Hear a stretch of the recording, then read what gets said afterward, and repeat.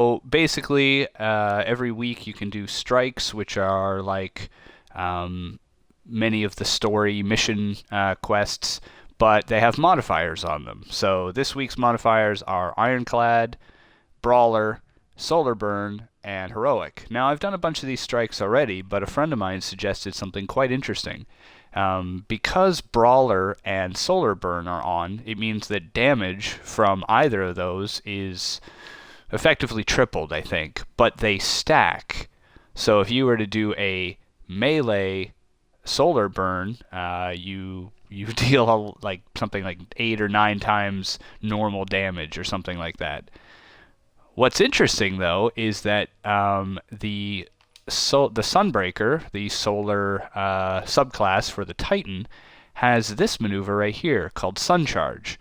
So once your super is ready, you can basically do a shoulder charge forward and smash enemies with your attack, and it counts as melee apparently. So I've never done that before, so I'm going to give it a try. I'm also running with a couple of extra things, some great weapons here, but they also help give me my grenades faster. Dragon's Breath is an exotic. It's pretty cool, actually. It drops a napalm canister wherever it lands, so that's pretty great. And I'm running with the Crest of Alpha Lupi, mostly because when I use the super, it actually drops. No, actually, I'm going to switch. I was going to run with the Crest of Alpha Lupi because it would drop an extra orb for my team, but I want more grenades, so I switched to the Armamentarium. So let's see here. See how this goes. I've never tried this. I mentioned in an earlier video that a lot of the big bad guys generally have a crazy area of effect attack in their immediate proximity, which basically means you can't melee the big bad guys. You can you can once, and then they generally just obliterate you. Let's see, Dust Palace. Okay, so I'll get back to what I'm doing in a moment. There we go. Okay. So yeah, but if this solar charge attack does extra damage, it might be worth doing. I've heard some good things. So what I just did there was I knew we were going to an area that had a lot of Cabal, this giant mecha race that runs around Mars, and I used an item to help get me more in-game currency. Basically, you get currency from defeating enemies. So I decided to put a modifier on, basically, that allowed me to get even more.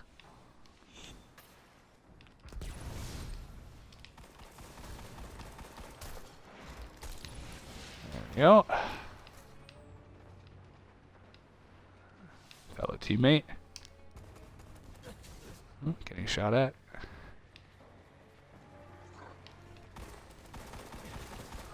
No one cares about you. There. It's interesting to have a team that waits. Not sure what they're waiting for. Usually, oh, I ran to the wrong room. I think they're following me. That's not usually a good sign.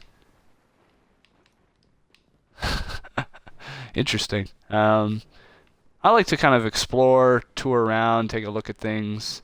And sometimes I like to usually get loaded into a zone that is not part of the strike. See, now respawning restricted.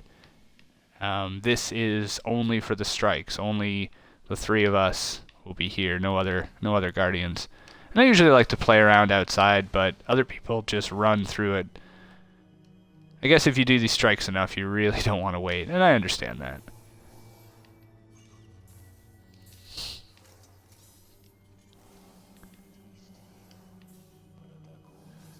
I believe they called that a sneeze. The official Destiny name for that dance is the sneeze. That's pretty funny.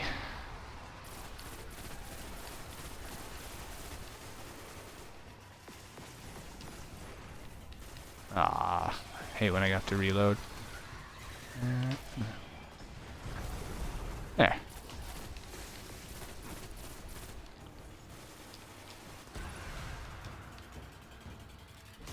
What's great about the oh right, airborne isn't on. There's a trait, there's a perk that comes up sometimes called airborne, which means you do more damage in the air. It's not on this week, but I thought it was for a second. Everybody's got those extra shields. Snipers are by far my biggest enemy in this game. I'm just not a fan of ranged weapons. I mean, there are people out there who do an excellent job with them, and it's pretty fantastic, but it's not me, and I'm not good with them. So it's hard to counter that. And some of these enemies back here, they're super weak, but they hit really hard, so just something to watch out for. Let's see. Allies are good, they're dropping orbs, but oh, that worked.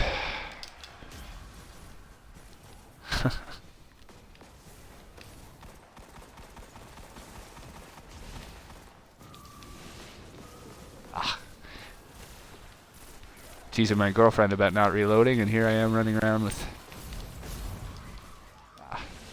no ammo.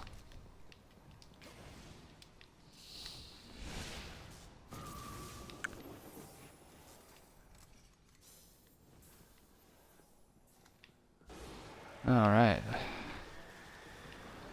Let's clear this room out.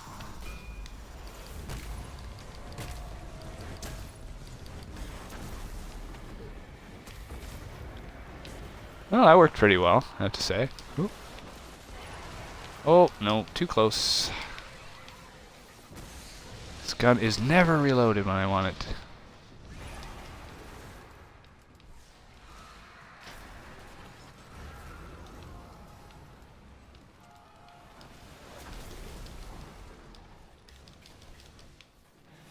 And I just used some Titan skating to come back. Ooh, nice. That's the Nova Bomb. I've mentioned it in earlier videos. It's pretty great. Oh, that's not good. Oh well. I'm not going to sit here and pretend that that never happens because, well, it happens quite a lot. Combination of I'm not always very careful, and I don't know, it's just part of the job as a Titan. It's imperative usually that I'm up close and personal with the enemy, and sometimes I get a little carried away. What's this guy doing? Alright. So the final boss should actually give a good opportunity to try out this whole sun charging thing, because it's it's 3 of these guys actually with even stronger shields. So oh, hello. There we go. My friend was telling me that the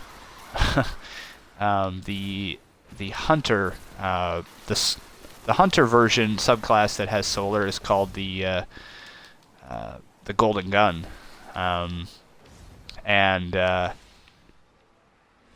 apparently he's seen strikes where each person in the fire team went as one of those hunters and just stood there at the end waiting for the flares to jump out and murdered them immediately.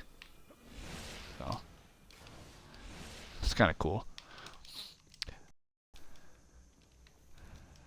I'm trying to remember exactly what the point of this mission was. I feel bad because you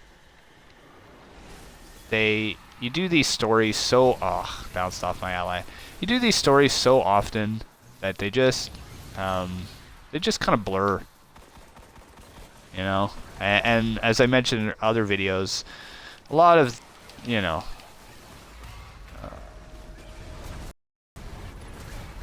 a lot of Destiny's levels are go somewhere, kill people, repeat. Not great. Oh, no, no, that's gonna hurt. Do I not? Okay. I should have a perk on that means that when I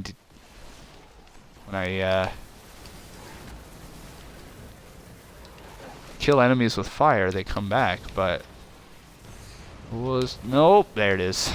Ah, that was foolish. Oh well. I didn't expect him to I did not expect that Minotaur to recover that fast.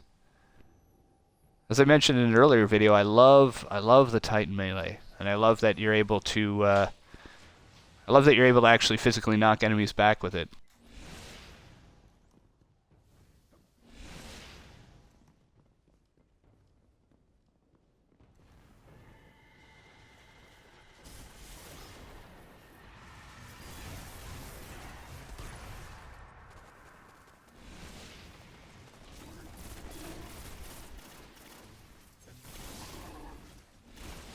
And this guy's just making orbs for me everywhere, which is nice.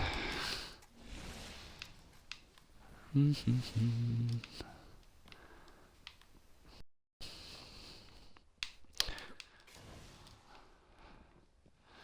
funny, there's so much backstory to this name in this game, in this facility even, but it's just not brought into the forefront as it should be. You find out that Clovis Bray was this research facility that did a lot of interesting things that you learn about in the...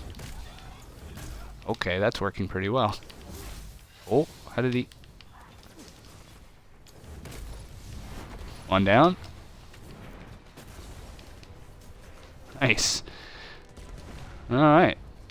Would have been 3 hits if I had managed to connect. But anyway, you learn that the Clovis Bray facility here was responsible for some of the experimentation leading up to the new expansion regarding Siva.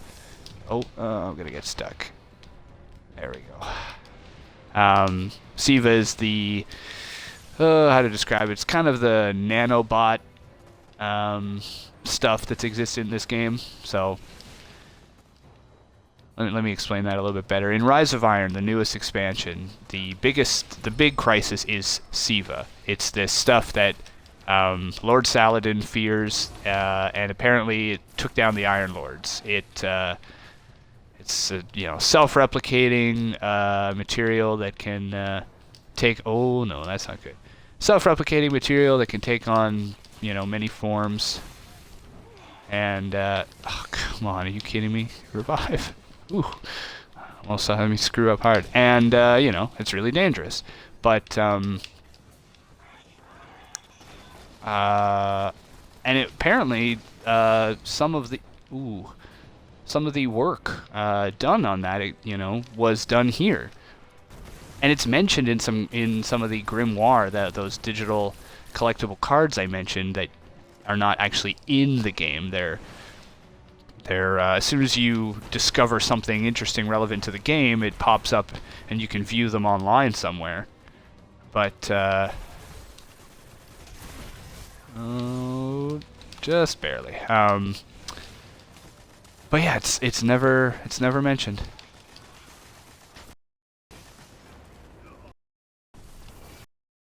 It's a play.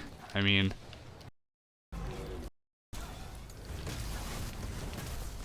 Go, 2 down. Where's the 3rd?